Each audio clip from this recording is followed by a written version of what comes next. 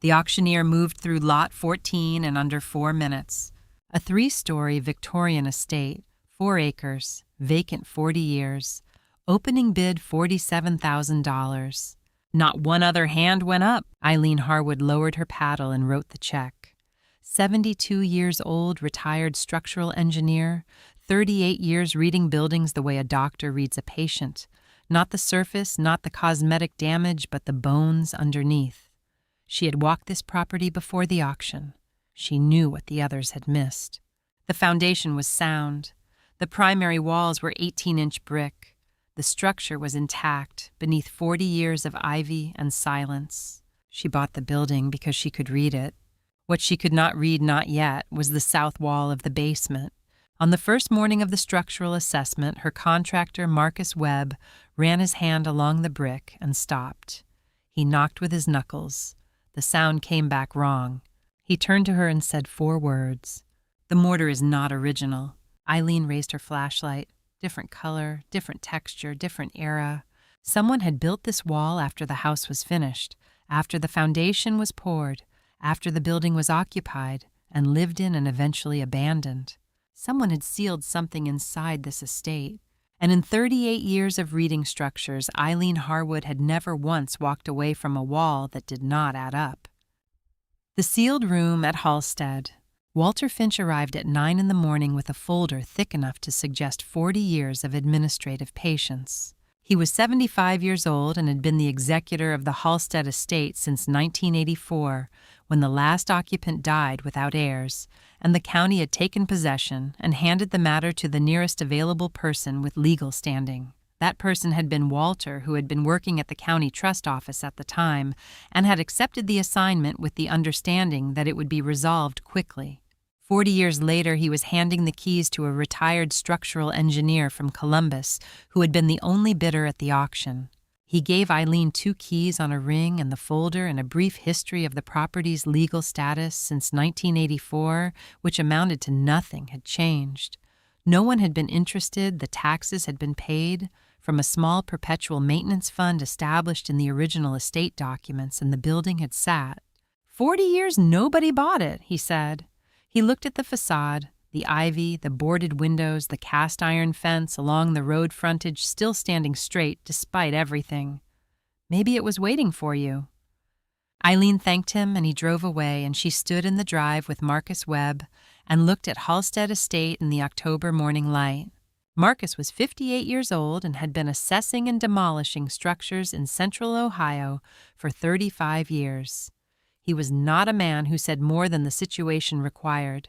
He had looked at the exterior on the drive-in and had said the roofline was holding and the chimney on the east elevation needed pointing, and the foundation drainage on the north side had to be addressed before winter. 3 observations, each one accurate, each one delivered without preamble. They went inside. The ground floor, first the entry hall with its plaster medallions cracked, but present the parlor and the library and the dining room in various states of cosmetic failure, the wallpaper peeling in long strips, the floors dusty but sound underfoot. Eileen walked each room with her measuring tape and her notepad, checking spans and load points and the condition of the primary walls, while Marcus moved independently, pressing palms against surfaces, testing joinery, crouching to examine the base of the walls where structural problems usually announce themselves first. The upper floor's 2 bedrooms with their original hardware intact, a servant's stair that had been sealed at some point and would need to be reassessed, a bathroom addition from the early 20th century that had introduced some water damage to the northeast corner of the second floor. Manageable. Everything Eileen had assessed from the outside was confirmed from the inside. The building was what she had believed it to be when she raised her paddle, a sound structure, wearing a century and a half of neglect, like a coat that needed cleaning rather than replacing. They descended to the basement. The access was through a door off the kitchen, the original basement stairs steep and narrow, the treads worn smooth at the center from decades of use and preserved by decades of disuse. Eileen went first with her flashlight, Marcus behind her with his own light and the particular alertness of someone who had learned that basements in old structures held surprises. The basement was long and low, the ceiling perhaps 7 feet at the center and diminishing toward the foundation walls. The floor was packed earth, the kind that had compacted over a century and a half, to something approaching the hardness of stone. The foundation walls were dressed stone, the same blue-gray limestone she had examined on the exterior, the courses laid in the 1870s by people who understood that a foundation was not the place to economize. She walked the perimeter with her flashlight. West wall, original stone, the mortar consistent throughout a section of old shelving, still bolted to the surface at the north end. North wall, the same construction, a coal chute opening that had been sealed with brick at some point. East wall stone foundation, a small window well near the ceiling that admitted a thin strip of October light. She turned to the south wall. Marcus was already there. He was running his hand along the brick surface in the slow, methodical way of someone who was reading a material rather than touching it. Eileen watched him stop, watched his hand move back 6 inches and press flat against the wall, watched him knock with his knuckles once, twice, a third time, moving laterally along the surface. He turned to look at her. "Mrs. Harwood." No drama in his voice, just the flat delivery of a man reporting a finding. "This mortar is not the same age as the foundation." Eileen crossed the basement and stood beside him. She raised her flashlight and looked at the wall directly. 38 years of reading structural surveys had calibrated her eye for what mortar communicated. Its color spoke to its composition, its texture to its age. The way it had settled into the joints over time told you when it had been applied and under what conditions. The stone foundation walls around her were mortared with lime putty of the 1870s, the pale gray of a material that had been curing for a century and a half, the surface slightly chalky, the joints compressed and true. The south wall was different. The brick itself was period-appropriate, similar manufacture, similar color, the kind of common brick available throughout Ohio in the latter decades of the 19th century. But the mortar was warmer in tone, slightly more orange in the lime mix, the texture at the surface less chalky and more dense. The joints were more regular than the foundation work, the application more controlled. This was not the mortar of the 1870s. She reached into the folder Walter had given her and pulled out the building plans, the original architectural drawings, filed with the county when Halstead Estate was constructed, dated 1872, the only official record of the building's designed configuration. She found the basement plan and spread it on a wooden crate near the stairs. She looked at the south wall. She looked at the basement plan. She looked at the south wall again. The basement plan showed the south foundation wall as original dressed stone, consistent with the other 3 walls. There was no partition wall indicated at any point along the south end of the basement, no storage division, no secondary structure of any kind. The basement, according to the only official drawing that existed for this building, was a single open space. The brick wall in front of her was not in the drawings. It was not a mistake. She had been reading architectural drawings for 38 years, and she understood the difference between an omission and an absence. This wall was not missing from the drawings because a draftsman had forgotten it. It was missing because it had not existed when the drawings were made. Someone had built it later. She pressed her palm flat against the brick and pushed. Solid. Well built, the construction of someone who knew what they were doing. She knocked with her knuckles the same motion Marcus had used and listened to the sound that came back. Not the dense flat return of a wall backed by solid fill or another wall close behind it. Something else. A contained resonance. Air behind the surface space behind the brick, the particular acoustic quality of a sealed room returning its own held breath. She stood in front of the wall for a long moment. She was a structural engineer. She had bought this building to restore it, not to excavate its history. She had a budget and a timeline and a list of necessary repairs that did not include investigation of architectural anomalies that might turn out to be nothing more than a storage alcove someone had walled off and forgotten. But she was also a structural engineer, and structural engineers did not walk away from walls that were not in the drawings. She looked at Marcus. He was watching her with the patience of a man who had worked alongside enough engineers to know that they always reached the same conclusion eventually. "I can open a hole," he said. "Big enough to see inside. $200. You want me to do it?" Eileen looked at the wall, at the mortar that was not the same age as the foundation, at the basement plan that showed nothing where this wall stood, at the space that was clearly behind the brick, the space that had been sealed inside this building for longer than anyone currently living had been alive. "Go ahead," she said. Marcus picked up the hammer he had set on the floor when he came down the stairs. He positioned himself in front of the wall and looked back at her once. "Step back a little, Mrs. Harwood." She stepped back. The hammer connected with the brick, a single controlled strike, the impact precise, the force directed into the mortar joint rather than the brick face. The joint cracked. A second strike. A third. Marcus worked methodically, removing the first brick cleanly, then the second, then clearing the mortar around the opening, with the efficiency of someone who had done this kind of work thousands of times. Dust rose in the beam of the flashlight. The smell that came through the opening was cold and dry and very still, the particular quality of air that had been sealed against the outside world for a very long time. Marcus stepped back and looked at Eileen. She moved forward and raised her flashlight and directed the beam through the opening.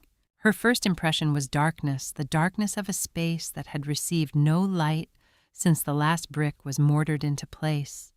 Her second impression was scale larger than an alcove, larger than a storage void.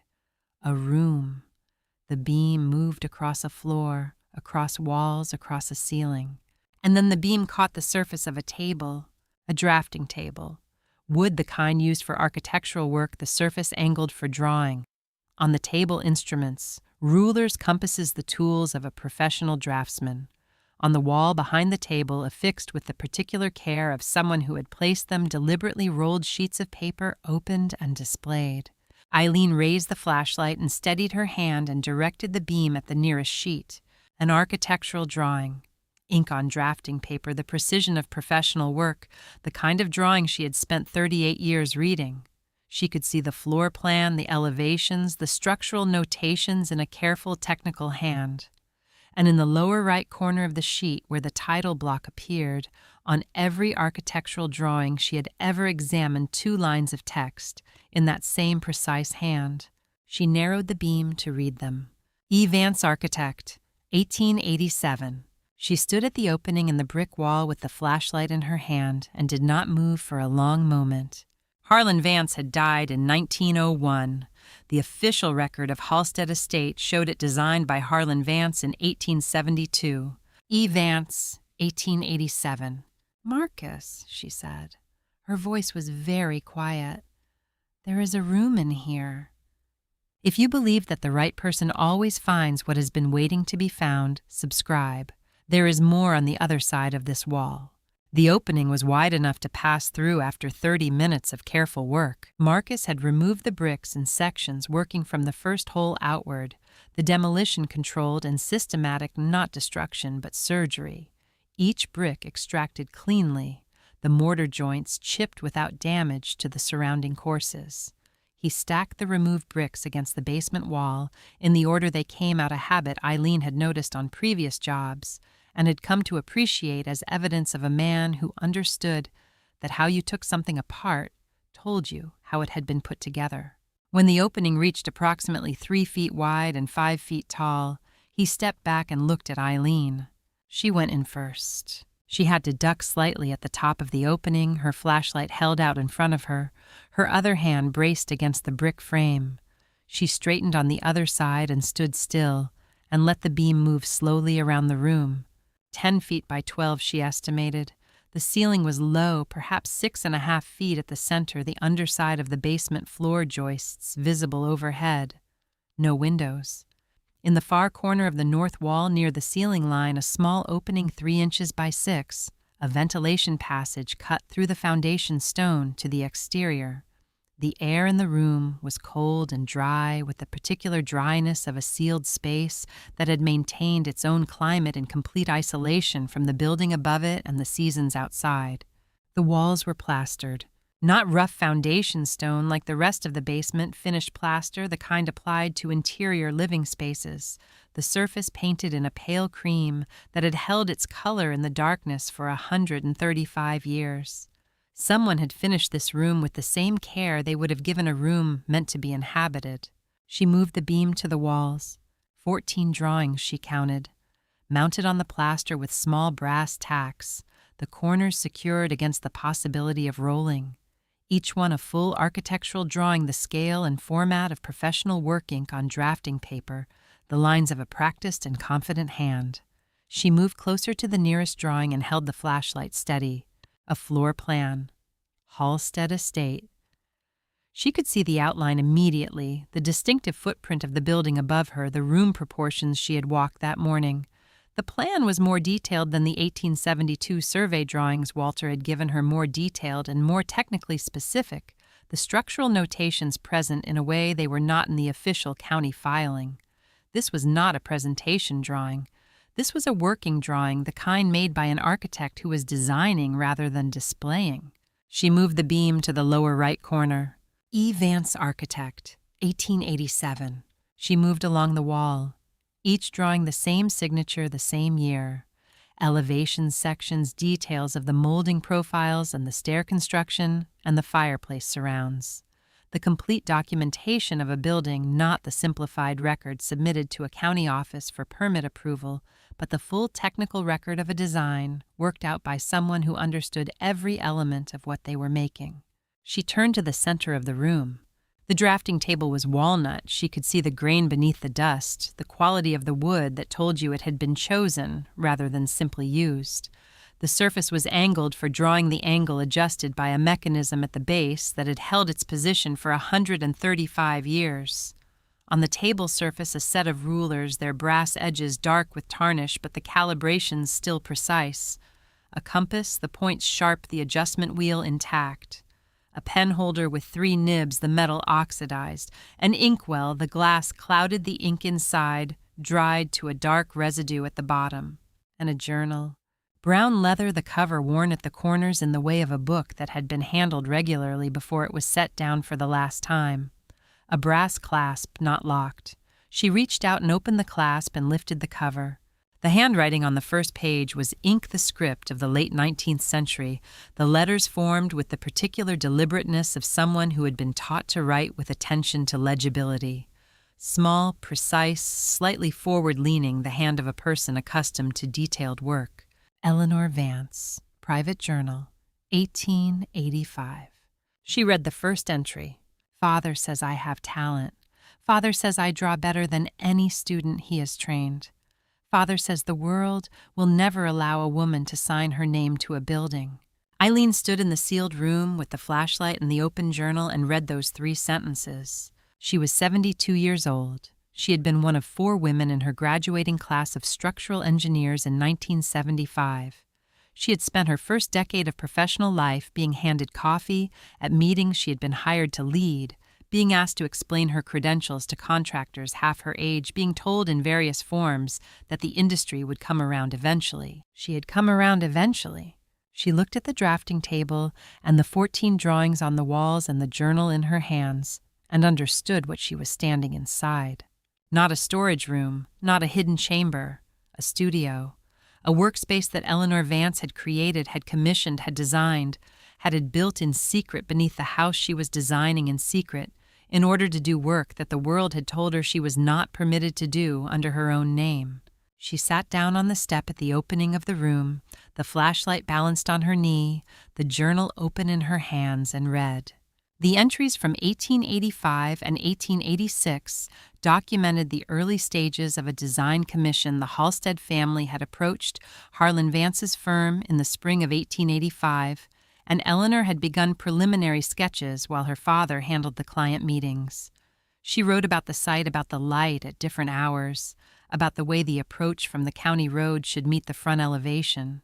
She wrote about structural problems and how she had solved them.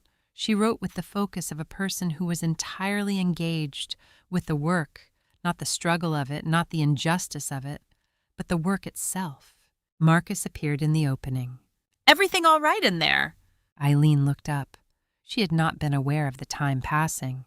"Come in," she said. "Watch the step." He ducked through and straightened and looked around the room with the expression of a man who had opened a lot of walls in his career and had not expected this particular room to be behind one of them.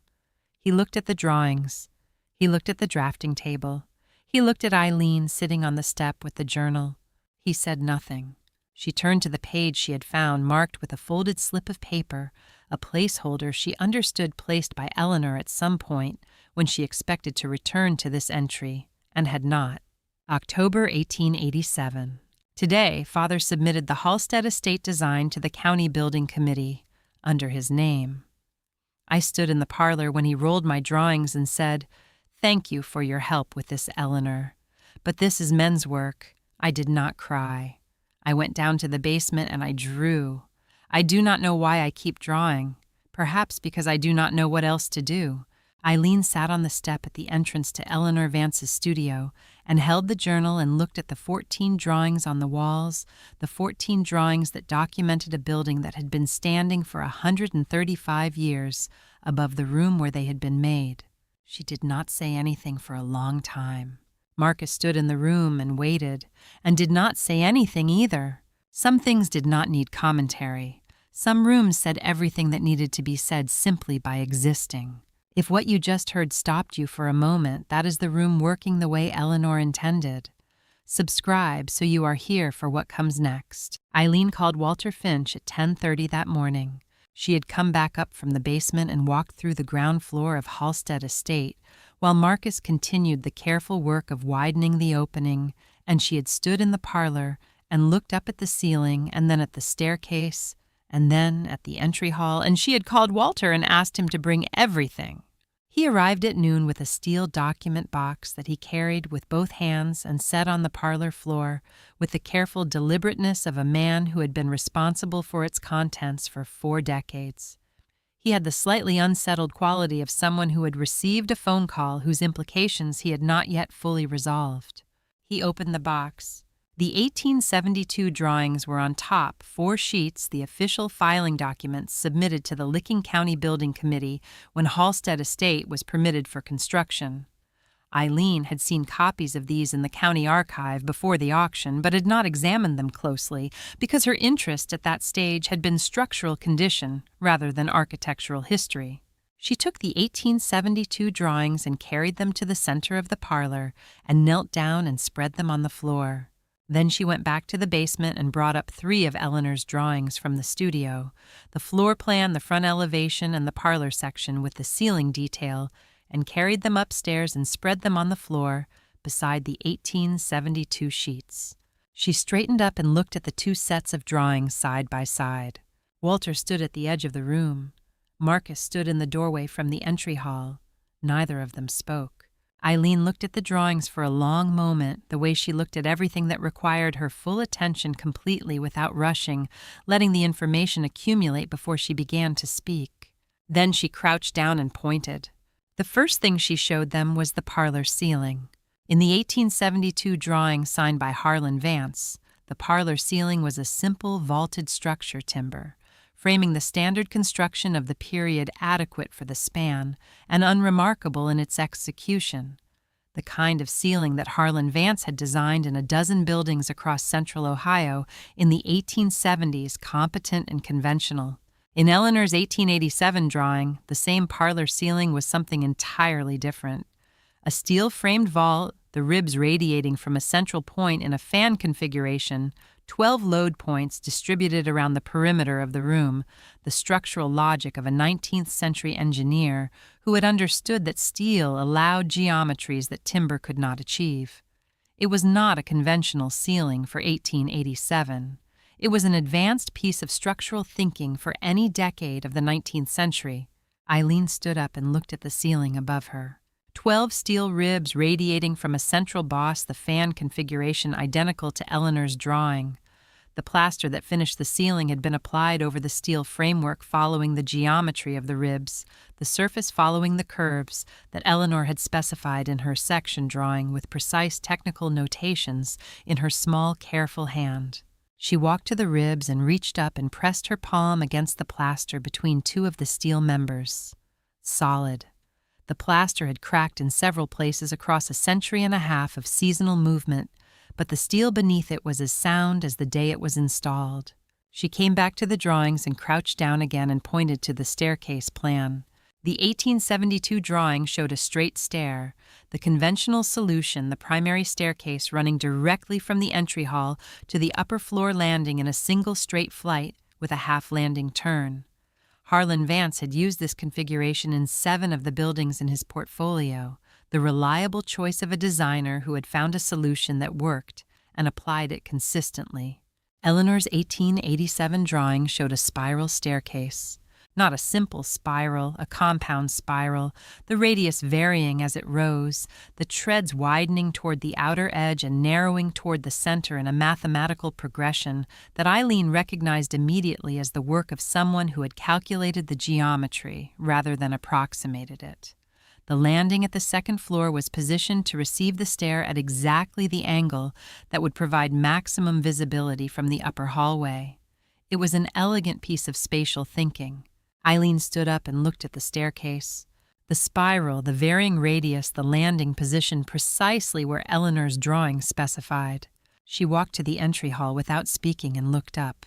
The skylight was in the ceiling above the stair, the stained glass panel, the colors dimmed with a century of grime, but the geometry still visible, the leading still holding the glass in its pattern. The 1872 drawing showed no skylight. Eleanor's 1887 drawing showed the skylight in precise detail. The dimensions noted the color sequence of the glass, specified in marginal annotations in Eleanor's hand.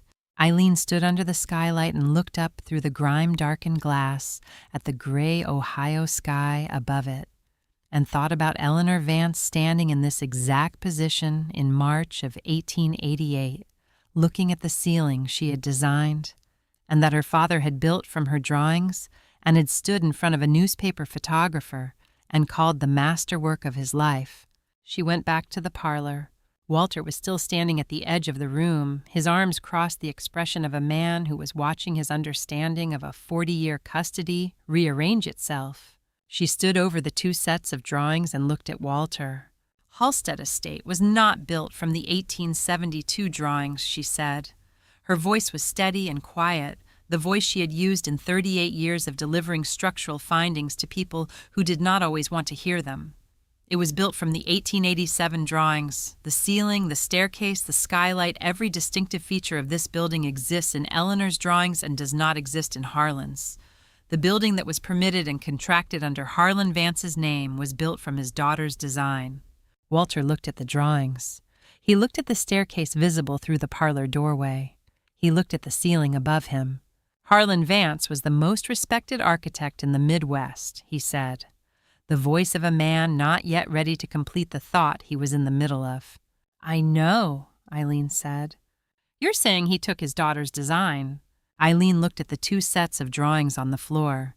The 1872 sheets, conventional, competent, the reliable work of an experienced professional, and Eleanor's 1887 sheets, the work of someone who had thought harder and further, and had found solutions that her father's version had not. "I don't know what word to use for what he did," she said. "He filed the wrong drawings and built from the right ones. The wrong ones had his name, the right ones had hers." She paused. "He built her building under his name. That's what the drawings say." Marcus had not moved from the doorway. He had been listening with the focused attention of someone who was following the argument without entirely following the technical evidence, and who had arrived at the conclusion through the accumulation of everything he had observed rather than through any single moment of understanding. Walter looked at the floor for a moment. Then he looked at the ceiling, at the 12 steel ribs of the fan vault that Eleanor Vance had specified in a drawing she had made in a room in the basement of this house, in a room that had been sealed behind a brick wall before most of the people currently living had been born. Eileen picked up Eleanor's journal from where she had set it on the parlor windowsill. She had marked the page before she came upstairs. She turned to it now and read, "March 1888. I saw the house today. It is more beautiful than I imagined it would be. The vault, my vault holds. Father built every detail exactly as I drew it. But when the reporter from the Columbus Dispatch came to photograph it, Father said this is the masterwork of my life. I stood at the back of the crowd. No one looked at me. I wondered if I died tomorrow, would anyone know I had existed? The parlor was very quiet. The afternoon light came through the tall windows, the windows that Eleanor had positioned in her drawings to catch the afternoon light at exactly this angle, and fell across the two sets of drawings on the floor, the right ones and the wrong ones side by side. If you can see what Eileen sees in those two sets of drawings, stay with us. The story is just beginning to surface. She brought a lamp down on the second morning. Not the flashlight she had used, the flashlight for the initial examination, for the practical work of understanding what the room held and what it meant structurally. But the second morning was different. The second morning she was going to read, and reading required a different quality of light. She found a battery lantern in the equipment Marcus had left in the basement and carried it through the opening and set it on the corner of the drafting table, and adjusted the angle until the light fell across the journal pages the way lamplight would have fallen in 1887. She opened to 1885. Eleanor had been 22 years old when she began keeping this journal. Not a diary in the social sense, not a record of events and visitors and the texture of ordinary days. A working journal. The entries were dated, but their content was professional observations about buildings. She had examined notes on structural problems. She had identified calculations worked out in the margins beside the prose. The journal of someone who thought in the language of construction and had found that language more natural than any other. Father says I have the steadiest hand of any draftsman he has trained. He does not know that I understand the mathematics behind the drawings. I taught myself from his reference books at night. I did not tell him because I was not certain how he would receive it. Eileen sat with this for a moment. She had been one of 4 women in her graduating class of structural engineers in 1975. She had learned in her first years of professional practice to introduce her credentials before she introduced herself in meetings, to establish the engineering basis for her presence before someone had the opportunity to assume she had arrived to take notes. She had learned this not from a mentor, but from repetition, from the specific accumulation of being underestimated in enough rooms that adaptation became necessary. Eleanor had learned the same lesson 100 years earlier and had adapted in the only direction available to her. She read through 1885 and into 1886. The Halstead Commission appeared in March of 1886. A prosperous Columbus merchant named Halstead had engaged Harlan Vance to design a summer estate in Granville, a substantial project, the kind that would be written about in the Columbus papers and seen by the clients who engaged architects for significant work. Eleanor wrote about accompanying her father to the site and walking the land and thinking about the approach from the road and the quality of the afternoon light on the south elevation. Her father had made preliminary sketches. She had read them. Father's preliminary sketch for the parlor ceiling uses conventional timber framing. It will serve adequately. However, I calculate that under maximum snow load conditions with the proposed span, the deflection will exceed acceptable limits within 15 years. I recalculated the structural requirements this evening. A steel fan vault would resolve the loading problem and would also be considerably more beautiful. I will draw a version and present it to Father as a suggestion rather than a correction. Eileen set the journal on the table and looked up at the ceiling of the room above where she was sitting. The fan vault, 12 load points, steel members meeting at a central boss. She had pressed her palm against the nearest structural member yesterday and felt the precision of the construction, the load path exactly as Eleanor had detailed it, the geometry exactly as Eleanor had drawn it. Eleanor had identified a structural failure in her father's design before a single brick was laid, had recalculated the loads, had solved the problem, and had presented the solution as a suggestion. She read through the 1886 entries, the design developing entry by entry, the staircase, the skylight, the proportions of the entrance hall. Eleanor worked through the problems with the thoroughness of an engineer who was not designing to impress a client, but to solve a building. The structural logic was present in every decision. The beauty was a consequence of the logic, not a decoration applied over it. She reached October 1887. Harlan had come to Eleanor's room. She had been working on the final set of drawings, the construction documents ready for the county filing, and had looked at the complete design for the first time. Father stood at my table for a long time without speaking. Then he said, "You drew all of this yourself," I said. "Yes, Father." He was quiet for another long moment. Then he said, "It is better than mine would have been." He said it very quietly, as if he did not want to hear himself say it. I have been thinking about the expression on his face since he left the room. It was not pride, the way a father looks at a daughter who has done something well. It was something else. I think he was afraid of me. I think that was the first time in my life my father was afraid of me. 2 weeks later, a single entry. Father submitted the Halstead design to the county committee this morning. Under his name, I knew this would happen. Eileen read the 5 words again. I knew this would happen! Not a cry of outrage, not a record of confrontation. The statement of a woman who had understood the terms of the situation before the situation resolved itself, who had seen clearly what her father would do when the decision point arrived, and who had continued the work anyway, and who had not been surprised when the prediction proved accurate. She read through 1888, 1889, 1890. Eleanor continued to draw. Not new commissions, she had no commissions, and the journal did not suggest she had sought any. She drew variations on Halstead, the vault higher, the windows wider, the staircase configured differently, the skylight extended. She was not designing a different building. She was refining the building she had already designed, in the only space where she was permitted to do so, working through iterations of a project that had been completed and credited and photographed and written about in the Columbus papers under her father's name. Convevi troncan fong nai duoi long jat con la kien truxu, tren mat jat con la congai qua harlan vansa. I draw because in this room underground I am an architect. Above ground I am Harlan Vance's daughter. Eileen sat at Eleanor's drafting table with the battery lantern and the open journal and looked at the drawings on the walls, the 14 drawings that documented a building that was standing above her, and understood what the room was. Not a hiding place, not a secret kept from discovery. A studio that Eleanor had maintained because it was the only place where the true account of her work existed, the only place where the drawings were signed with her name, the only place where the building above her was correctly attributed. She had drawn here because drawing here was the one form of existing that had not been taken from her. She turned to the final pages.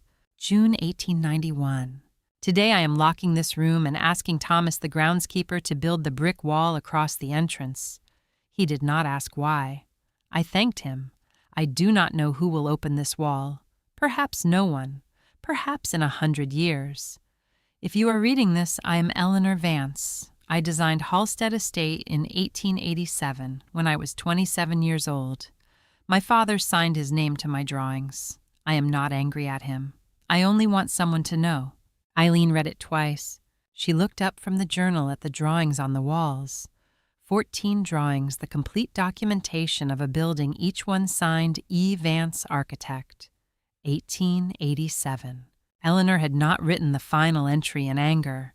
She had written it in the same tone as everything else in the journal, the precise, careful, controlled voice of someone who had decided what they wanted to record and had recorded it accurately. She had not asked for justice or restitution or the public correction of a false record. She had asked for the simplest possible thing. She only wanted someone to know.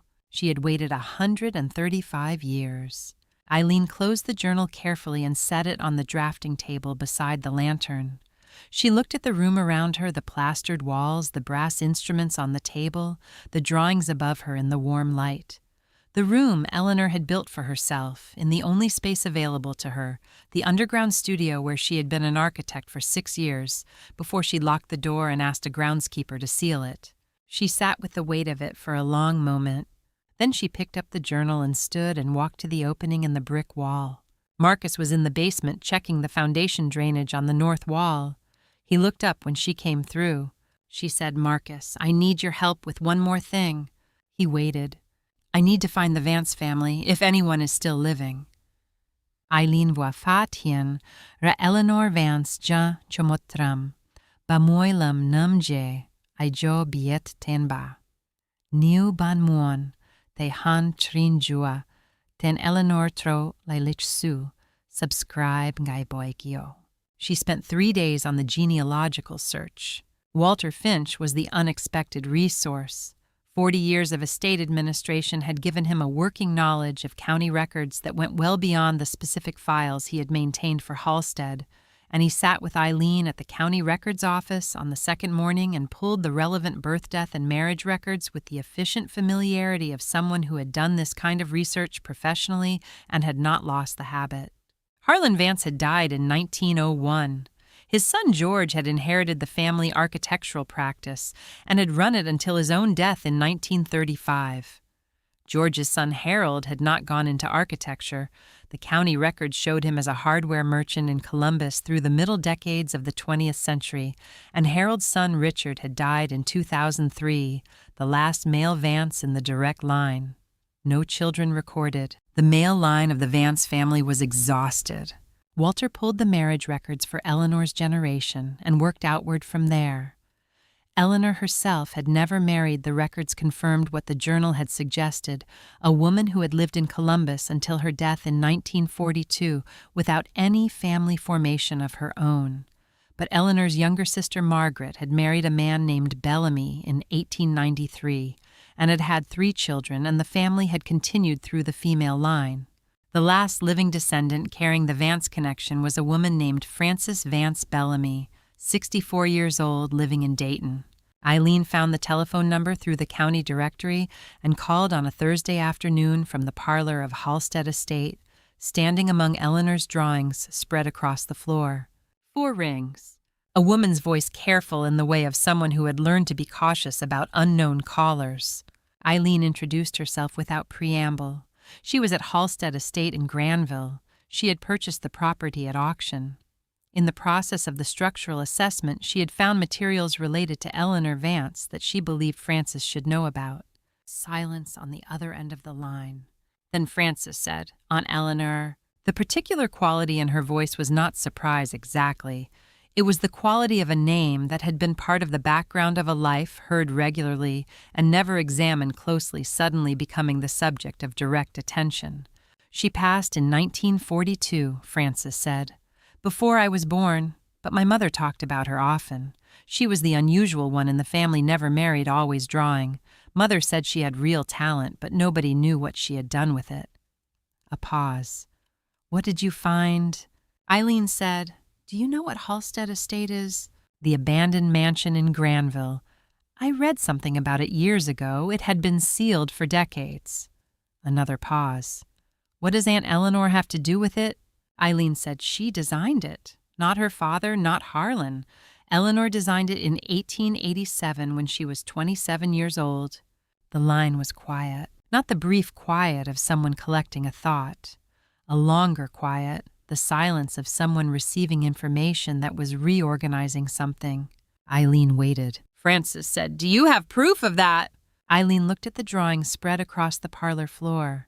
The 14 drawings from Eleanor's studio, each one signed in the lower right corner in Eleanor's precise hand. The journal on the table, the fan vault above her, the spiral stair in the hall, the colored glass of Eleanor's skylight sending its amber and green light across the floorboards. She said, "I have 14 architectural drawings, signed E. Vance Architect, 1887. I have a journal Eleanor kept from 1885 to 1891 in which she documents the full design process for this building.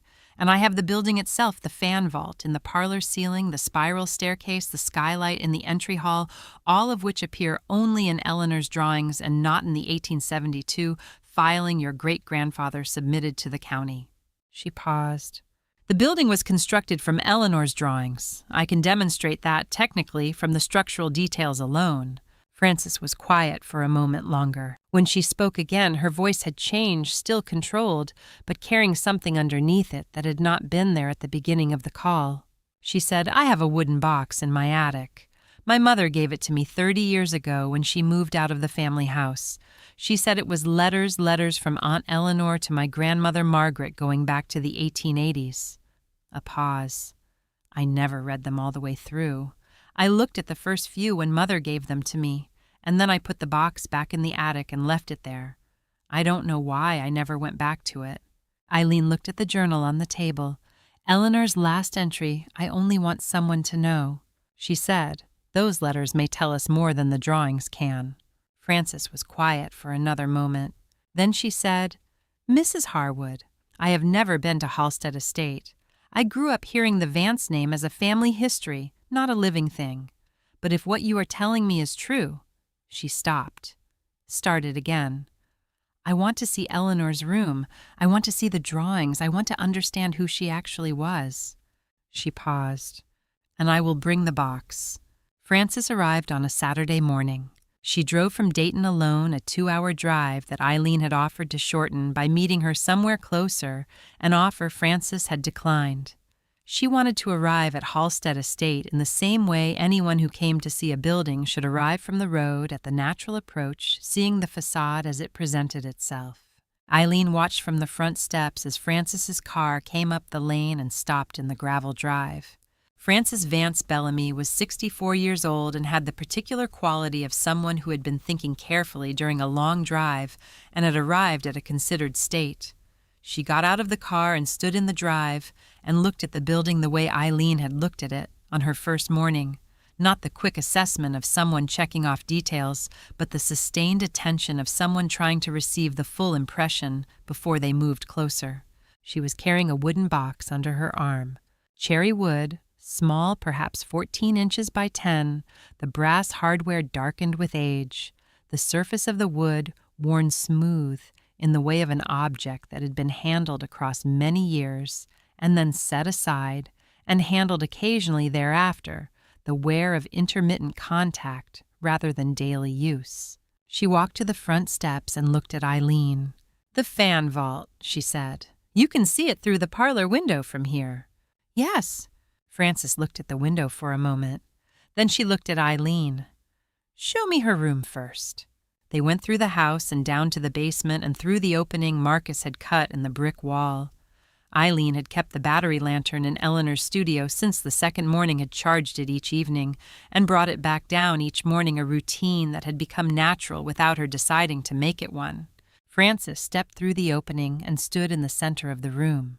She did not speak for a long time. She looked at the drawings on the walls, all 14, the complete documentation of a building, each one signed in the lower right corner with the same precise signature. She looked at the drafting table and the brass instruments and the dried inkwell. She looked at the ventilation passage in the north wall, the small opening Eleanor had ensured would keep the air from becoming entirely stagnant, the planning of a woman who intended to work in this room for years. She said finally, "She built this for herself." "Yes, underground, so she could work without anyone knowing." The journal explains it. She needed a space where she was an architect. This was the only space available to her. Frances looked at the nearest drawing. The structural section of the fan vault, the load paths annotated in Eleanor's hand, the geometry worked out with the confidence of someone who had calculated and recalculated until she was certain. She looked at it for a long time. Then she held out the wooden box. They carried it upstairs to the parlor where the light was better and there was space to spread the contents. Eileen had cleared a section of the floor the day before the same space where she had laid the 2 drawing sets for Walter's comparison. Frances set the box on the floor and sat down beside it, and Eileen sat across from her, and between them, above them, Eleanor's fan vault caught the afternoon light. Frances opened the box. The brass latch released cleanly. The hinges made a small sound. Inside, 31 letters tied in a bundle with a length of blue silk ribbon that had faded to the pale gray blue of aged silk, the bow still holding after 30 years in an attic. Frances untied the ribbon carefully and spread the letters on the floor in the order they had been bundled, chronological, the earliest on top. They read in sequence, passing each letter between them after the first reading the way 2 people read documents together when both need to understand the full content. The March 1887 letter first. Eleanor's handwriting, the same precise hand as the journal, slightly more relaxed in correspondence, the letters of someone writing to a sister rather than keeping a professional record. "Dear Margaret, I have finished the drawings. They are the best work I have ever done, but Father will submit them under his name. I have agreed to this. Please do not tell anyone." Frances read it once and handed it across without speaking. The May 1887 letter. You ask why I allow Father to do this? Margaret Father is 59 years old. This may be the last major commission of his career. If I speak, he loses everything. I cannot do that to him, but I also cannot stop drawing. Frances pressed her lips together and passed it across. They worked through the sequence. The letters of 1888 Eleanor attending the dedication of Halstead Estate, standing near the kitchen entrance while Harlan received the congratulations of guests, a woman beside her, saying Harlan Vance is a true genius. Eleanor smiling and saying, yes, my father is very talented, and the woman never knowing. The letters of the 1890s, shorter and less frequent, Eleanor continuing to draw in her underground studio, while the world above her attributed her building to her father. The letters that documented a life lived in the gap between what she had made and what she was permitted to claim. Frances picked up the last letter. February 1901, 3 weeks before Harlan died. Eleanor's handwriting was unchanged across 16 years, the same precise script, the same slight forward lean, the hand of someone who had written carefully and consistently her entire life. Dear Margaret, Father is dying. The doctor says a matter of weeks. Yesterday he took my hand and said, Eleanor, I am sorry. I asked him, for what? Rather, he was quiet for a moment, and then he said, for everything. I did not ask him to say more. I held his hand and sat with him until he slept. I do not know what forgiveness means anymore, but I know I still love him. Frances read it to the end. She held it in her hands for a long time after she finished. Eileen looked at the letter from across the small distance of the cleared floor at Eleanor's handwriting in the February 1901 light that had somehow survived in the ink across 123 years at the last thing Eleanor had committed to paper about the central event of her professional life. For everything. The two words that contained everything Harlan could not say directly. The building, the drawings, the 14 years of credit taken, the talent recognized and taken in the same motion, the daughter who had understood and had chosen not to speak, and had loved him anyway, and had sat with him until he slept. Frances set the letter down on the floor. She wiped her eyes with the back of her hand, not a dramatic gesture, just a practical response to something that had arrived before she had fully prepared for it. She said, 64 years I have lived and not known this. My mother, her mother, the whole family, 3 generations who knew Eleanor only as the unusual aunt who never married and spent her life drawing and died alone in Columbus in 1942. She looked at the fan vault above her. None of us knew she had built this. Eileen looked at the vault, the 12 load points, the steel members meeting at the central boss, the geometry that Eleanor had calculated on a night in 1886 when she had identified the flaw in her father's structural approach and had sat down and worked out the correct solution. It had been holding up the ceiling for 135 years. Frances gathered the letters carefully and tied them back with the blue ribbons slowly, with the deliberateness of someone handling something that had just become different in her hands from what it had been when she drove down from Dayton that morning. She placed them back in the cherrywood box. She looked at Eileen. She said, "We need to take these to the right person." Eileen said, "I know someone." Frances said, "Who?" Eileen said, "Dr. Lydia Chen, Ohio State University. She is an architectural historian. Her specialty is Gilded Age construction in the Midwest. If anyone can authenticate Eleanor's drawings and get them into the official record, it is her." Eleanor wrote 31 letters to her sister, and not one was read by anyone but Margaret until today. If you were Frances and had just learned the truth about your aunt after 64 years, what would you say to Eleanor? Leave your comment below. Dr. Lydia Chen arrived on a Tuesday morning with 2 graduate students and enough equipment to conduct a full forensic architectural analysis. She was 45 years old and had the focused energy of someone who had spent 2 decades moving efficiently between intellectual enthusiasm and professional discipline. She had published 3 books on Gilded Age architecture in the Midwest.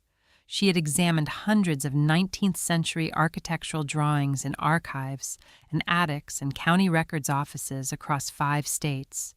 She had told Eileen on the phone when Eileen first called that she had never received quite this kind of call before. She had agreed to come the same week. Her students set up equipment in the parlor while Lydia walked the building with Eileen. Not a social walk, a technical one. Lydia moving through each room with the systematic attention of someone conducting an examination, her eyes going to the structural details, the junctions, the places where the design decisions were most visible in the actual construction. She stood under the fan vault in the parlor for a long time without speaking. She reached up and pressed her palm against the nearest structural member, the same gesture Eileen had made on the first morning. Then she walked to the staircase and looked at the spiral geometry. Then to the entry hall and stood beneath the colored glass skylight and looked up at the amber and green light coming through Eleanor's panels. She did not speak until they were back in the parlor with the 14 drawings spread across the floor. She crouched at the structural section drawing of the fan vault and looked at it for a long moment. Then she looked up at the ceiling, then back at the drawing. "When did you say these were dated?" she asked. 1887, Eileen said. Lydia nodded slowly. She went to the laptop her student had set up on the cleared parlor table and opened the file she had brought from the university archive. A high-resolution scan of the 1872 Harlan-Vance County filing the official record of Halstead Estate, the document that had been cited in every architectural history of the building for 150 years. She placed Eleanor's structural section drawing beside the screen. "Look at the parlor ceiling in the 1872 filing," she said. Eileen looked. Conventional timber framing, the standard solution of the period, the structural notation minimal, the detail generic. "Now look at Eleanor's drawing.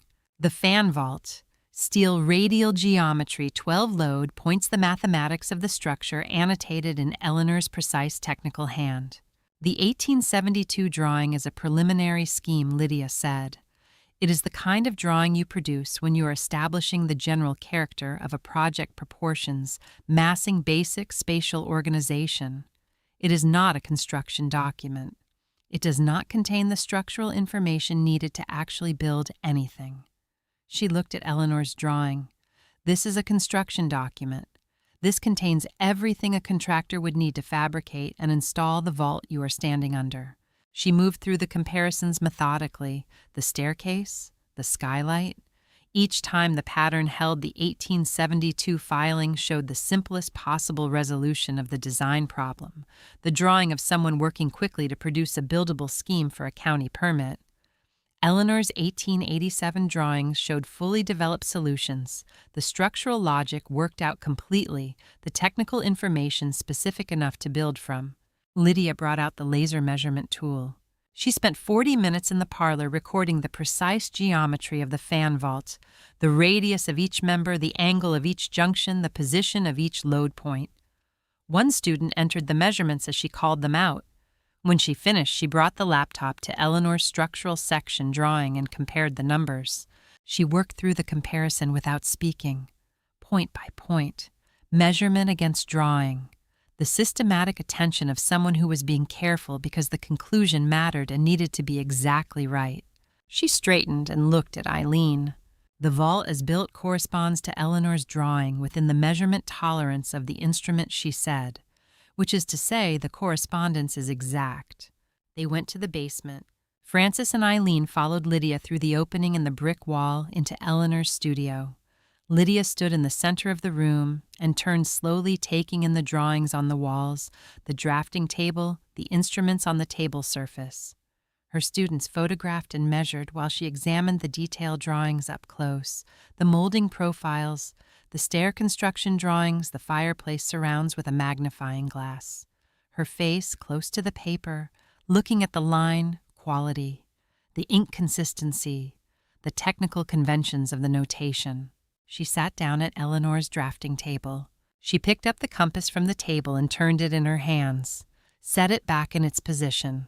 She looked at the journal on the table without opening it.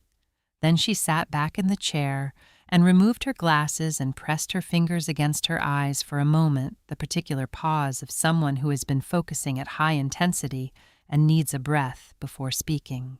Frances was standing at the opening in the brick wall with her hand on the frame, watching. Lydia put her glasses back on. She said, "I have been studying Gilded Age architecture for 20 years. I have written 3 books on Midwest architects of the 19th century. I have examined original drawings in archives across 5 states." She looked around the room, at the drawings, at the table, at the instruments laid out on the drafting surface where Eleanor had left them in 1891. "I have never seen evidence this complete or this compelling." She looked at Eileen. Eleanor Vance designed Halstead Estate. The drawings are consistent with professional practice of the 1880s. The ink is consistent with architectural drafting materials of the period. The technical content demonstrates a level of structural understanding that was exceptional for any architect of that era. And the correspondence between Eleanor's drawings and the building as constructed is exact in every measurable detail. She paused. "We can prove this. Not in a legal sense, the principles are long dead and there is no proceeding to bring, but to any standard of historical scholarship. Eleanor Vance designed this building. Harlan Vance submitted a different set of drawings for the county permit and built from Eleanor's." She looked at Frances in the doorway. "I can write a paper for the Journal of the Society of Architectural Historians, peer-reviewed, permanently part of the scholarly record, and I have a colleague at the Columbus Dispatch who covers architecture and historic preservation. If this story goes to her, and I believe she would want it, Eleanor Vance's name will be in every architecture publication in the country within a month." She paused. "But this is your family. Eleanor was your great-great-aunt. The decision about how public this becomes belongs to you." Frances stood at the entrance to the studio with her hand on the brick frame of the opening that had been sealed for 135 years. She looked at the room where Eleanor had worked for 6 years, in the only space where she was permitted to be an architect. She looked at the drawings on the walls, at the table, at the compass Lydia had set back in its position. She did not answer immediately. Lydia has just confirmed it beyond any scholarly standard. Eleanor Vance designed Halstead Estate. The decision of what happens next belongs to Frances. If you believe Eleanor deserves to have her name restored after 135 years like this video. Frances made the decision on a Sunday morning. She called Eileen from the parking lot of a coffee shop in Dayton and said, "I want to publish. All of it. The drawings, the journal, the letters. I want people to know who Eleanor was." Eileen said she would call Lydia. The Columbus Dispatch article ran on October 15th. The headline was straightforward in the way of good journalism, the architect in the basement, how a sealed room revealed the woman who designed Halstead Estate. The reporter had spent 2 days at the estate with Lydia and Frances and Eileen, and she had understood the story quickly and had written it without embellishment because the story did not require embellishment. Eleanor Vance, Harlan Vance, the sealed studio. 14 drawings signed E. Vance Architect, 1887, the journal, the 31 letters, and Eileen Harwood, 72 years old, retired structural engineer who had bought a derelict estate at a county auction and found a wall that was not in the drawings. The article was the 3rd most read piece on the Dispatch website within 48 hours of publication. NPR called Lydia the following week. Architectural Digest ran a full feature the month after, with high-resolution photographs of Eleanor's drawings in the studio as it had been found. The American Institute of Architects added Eleanor Vance to its registry of architects whose contributions had been historically overlooked, a formal acknowledgement the kind that entered the permanent professional record. The Licking County Heritage Council convened an emergency session and voted unanimously. The heritage plaque at the front gate of Halstead Estate would be replaced. The old plaque read Halstead Estate, 1872, Harlan Vance Architect. The new plaque read Halstead Estate, 1887, designed by Eleanor Vance, built by Harlan Vance. Eileen did not pull the cloth from the new plaque. She had told Lydia the week before the ceremony without elaboration, "This is Frances's family." I opened the wall. Frances should be the one to say the name. Lydia had looked at her for a moment and then had nodded and had not pressed further because she had understood. On the morning of the ceremony, Eileen stood at the parlor window of Halstead Estate and watched the small crowd assemble at the front gate. County officials, local historians, a group of architecture students from OSU who had driven down after Lydia mentioned the ceremony in her graduate seminar, a reporter with a camera, Frances standing at the covered plaque with the cloth cord in her hand, her posture the contained uprightness of someone managing something that mattered. The cloth came away. The crowd applauded. The bronze lettering of the new plaque caught the October sun and held it. Eleanor Vance, her name on the gate of the building she had designed. In the same county where she had stood at the back of the dedication crowd in 1888 and smiled at a woman who said Harlan Vance was a genius and had said, "Yes, my father is very talented." Eileen stood at the parlor window under the fan vault and looked at the plaque from the inside of Eleanor's building and did not go out. She heard Frances come in. Frances crossed the parlor floor and stood beside her at the window. They looked out together at the gate, at the plaque, at the autumn light on the grounds of a property that had been waiting in one way or another for a very long time. Frances took Eileen's hand. Neither of them spoke. Two women, 72 and 64, standing under the steel vault that Eleanor had designed at 27 years old in the building that Eleanor had designed and never been permitted to claim on the October afternoon when the claiming finally happened. Outside, the new plaque was still catching the light. After the crowd dispersed and the students drove back to Columbus and the reporter filed her photographs and the county officials returned to their offices, Eileen walked the estate alone. She ended in the basement, through the opening in the brick wall into Eleanor's studio. The room had been prepared for its new purpose in the weeks since Lydia's visit. The drawings cleaned and documented a low glass barrier installed at the room's entrance to protect the space while allowing it to be seen, the drafting table visible behind the glass, the instruments on the table's surface, the drawings on the walls, the light from the ventilation passage in the corner, the thin strip of Ohio sky that Eleanor had been able to see from her underground studio for 6 years. On the wall beside the glass barrier, a small mounted panel. The text was Eileen's, written in the plain language she had used for structural reports for 38 years. Eleanor Vance, 1855 to 1942. She designed this house. She waited 135 years for someone to know. Eileen stood outside the glass and looked at the room for a long time. She thought about Eleanor at 27 sitting at this table with the compass and the ruler and the India ink working out the geometry of a vault that would stand for 135 years. Thinking in the language of loads and spans and structural logic, the same language Eileen had spent her professional life speaking. Working in a room below ground because it was the only room where she was permitted to be what she actually was. She thought about the last journal entry. I only want someone to know. She thought about the $47,000 she had paid at auction for a building that everyone else in the room had decided was not worth the trouble. She had been a structural engineer for 38 years. She had assessed hundreds of buildings. She had read thousands of drawings. She had spent her career making sure that what was built corresponded to what was designed and that the structures she certified would hold. She had never in 38 years repaired anything made of history. She turned off the studio light and went upstairs and stood on the front porch of Halstead Estate in the October dusk and looked at the new bronze plaque on the gatepost. Eleanor Vance, designed by Eleanor Vance. The building behind her was sound. The vault she had opened on a cold morning in October was the same vault it had always been. Nothing had changed in the stone and steel of the structure. Everything else had changed. Eleanor Vance designed Halstead Estate in 1887 when she was 27 years old. Her father signed his name to her drawings and accepted every compliment for 14 years until he died.